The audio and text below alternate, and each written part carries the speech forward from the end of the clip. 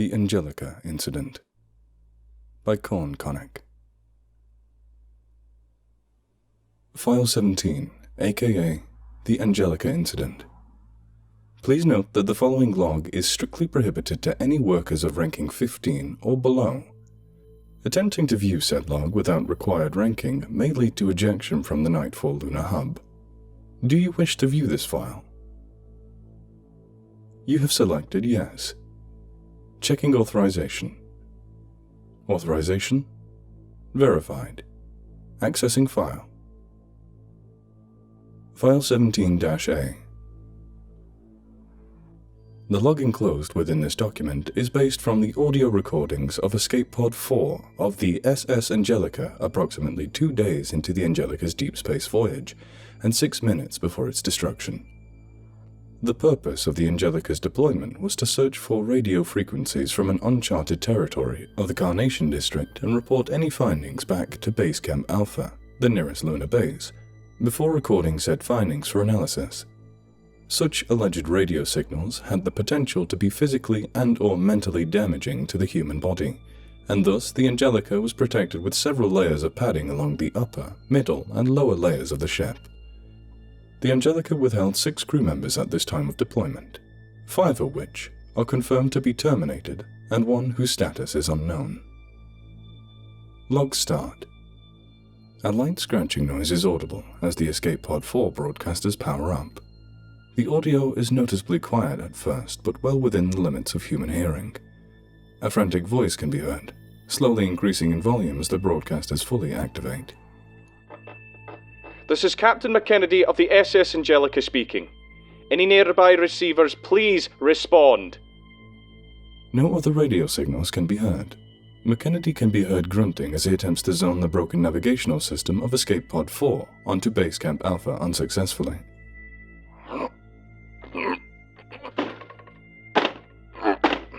I repeat, this is Captain McKennedy of the SS Angelica speaking. Any nearby receivers, please McKennedy is interrupted by several sharp thuds on the exterior of Escape Pod 4. After audio analysis, the source of the banging was determined unlikely to be a form of asteroid or any form of space debris. Dear God, they're trying to get in!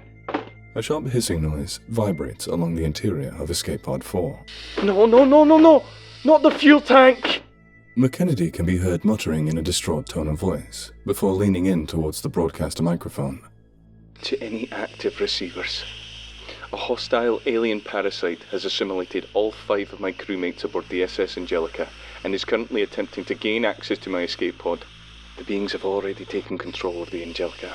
My fuel reserves have just been pierced from the outside and are leaking rapidly. I myself have already managed to eliminate 1 of the hostile lifeforms, but 4 still remain. 2 muffled voices can be heard from outside of Escape Pod 4. These aliens, they're attempting to persuade me to leave the escape pod. They're floating outside the windows in spacesuits. Crew members chucking inward. They're dead.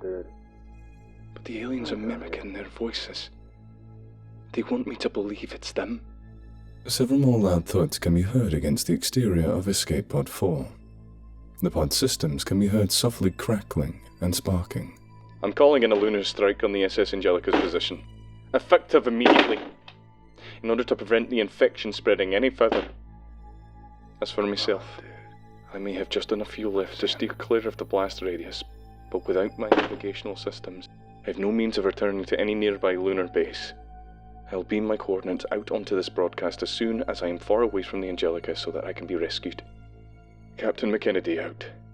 The broadcasters of Escape Pod 4 click as they shut off. Log end. The message was relayed to Base Camp Alpha receivers just a few minutes after its initial broadcast, thanks to a lone scouting ship that picked up McKennedy's signal as it was patrolling the area close to the SS Angelica. Almost immediately after the message was received and relayed to Nightfall Lunar Hub, a lunar strike was fired at the SS Angelica according to Captain McKennedy's wishes, as a precautionary measure against the potential hostile extraterrestrial invasion. The strike was 100% effective, as the Angelica was destroyed upon impact and 5 of its 6 potentially infected crew killed. It is suspected that Captain McKennedy survived the blast and Escape Pod 4 has been reported to be now orbiting a nearby uninhabited dwarf planet. No effort is currently being made to rescue Captain McKennedy or trace his coordinate signal, and the termination of the SS Angelica has been publicly credited as a technical malfunction from the generator room, leading to a chain reaction that destroyed the entire ship. Warning: the subsequent part of this article is extremely classified to almost all workers, commanders, and operators aboard the Nightfall Lunar Hub. If you do not possess either of these ranks, President, Vice President, you are legally required to stop viewing this article here. Attempting to view File 17-B without correct authentication will lead to guaranteed termination and/or permanent exile from the Nightfall Lunar Hub. You have been warned. Proceed at your own wish. Do you wish to view this file? You have selected Yes. Checking authorization. Authorization verified. Accessing file. File 17-B. Several months after the initial events of File 17-A, a new discovery was made during a small-scale salvage mission directed at the ruins of the SS Angelica. One of the crew members of SS Intrepid, which was dispatched in order to carry out the mission, discovered a relatively undamaged audio log floating alongside a disheveled corpse, likely belonging to one of the 5 dead crewmates of the Angelica.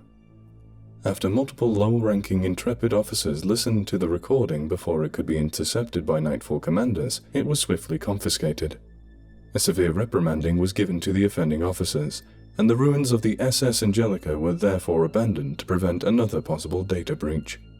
The audio log transcript is detailed in the following log. Log start. Several comm systems initiate their startup sequence, eventually forming into one singular communications frequency. Comms 1, crew member Edward. Hello? Is anyone there? Comms 2, crew member Chuck. Reading you loud and clear, Ed. Gus and Frank, do you copy? Comms 4, crew member Gus. Positive, Chuck. Comms 3, crew member Frank. Can confirm, Chuck. Edward, I require a status report. What the hell's going on up there on Angelica? We passed through an errant signal an hour back. We were going to record it as per protocol, but it overwhelmed our monitors. We had to restart the whole damn system all over again, which is why comms were down. McKennedy was fixing something down in engineering and there's no protective padding down there. Nightfall must have skimped out to lower the cost of the ship, those cheap bastards. The signal passed right through McKennedy's brain and messed him up real bad. I found him seized up spitting froth on the floor a while ago, so I took him to Daniel in the med bay. When he came to, he started yelling about aliens and parasites and all sorts of crazy shit.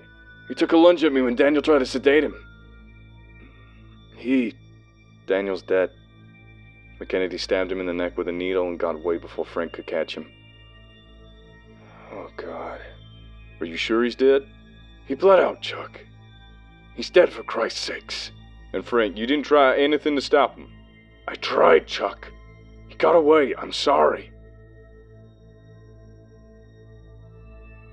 Where's McKennedy now? He's jettisoned one of the escape pods, but he's yet to accelerate away from the ship.